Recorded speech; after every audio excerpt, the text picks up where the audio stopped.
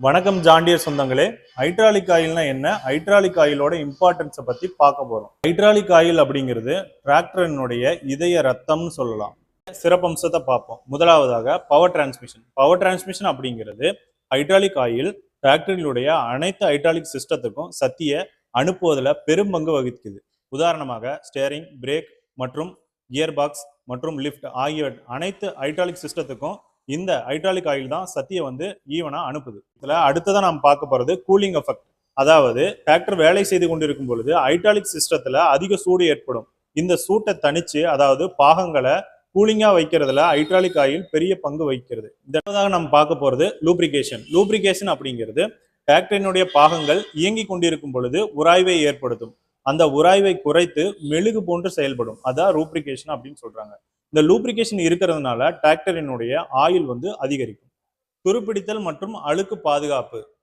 Hydraulic oil டிராக்டரின் உள் பாகங்களில் உள்ள ஈரப்பதம், துருப்பிடித்தல், தூசி படிதல் போன்றவற்றிலிருந்து பாகங்களை பாதுகாக்கிறது.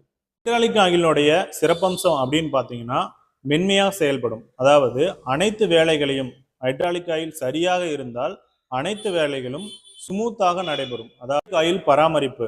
இதுல ஹைட்ராலிக் ஆயிலினுடைய லெவலை கண்டிப்பா ரெகுலரா செக் பண்ணிட்டே இருக்கணும்.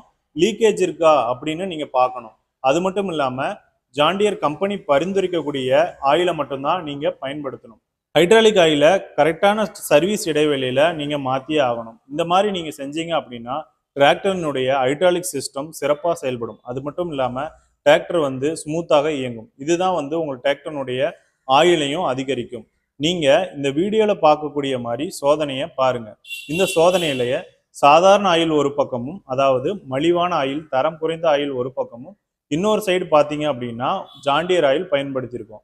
இதோட லெவல்ல பாருங்க. இந்த ஆயில் எவ்வளவு ஸ்மூத்தா இறங்குது அப்படிங்கிறத நீங்க கவனிச்சிங்கனாலே நீங்க உங்க டிராக்டருக்கு கண்டிப்பா ஜாண்டியருடைய ஹைட்ராலிக் ஆயில தான் பயன்படுத்துவீங்க. இந்த மாதிரி மேலும் தகவல்களுக்கு தொடர்ந்து எங்களுடன் இணைந்திருங்கள்.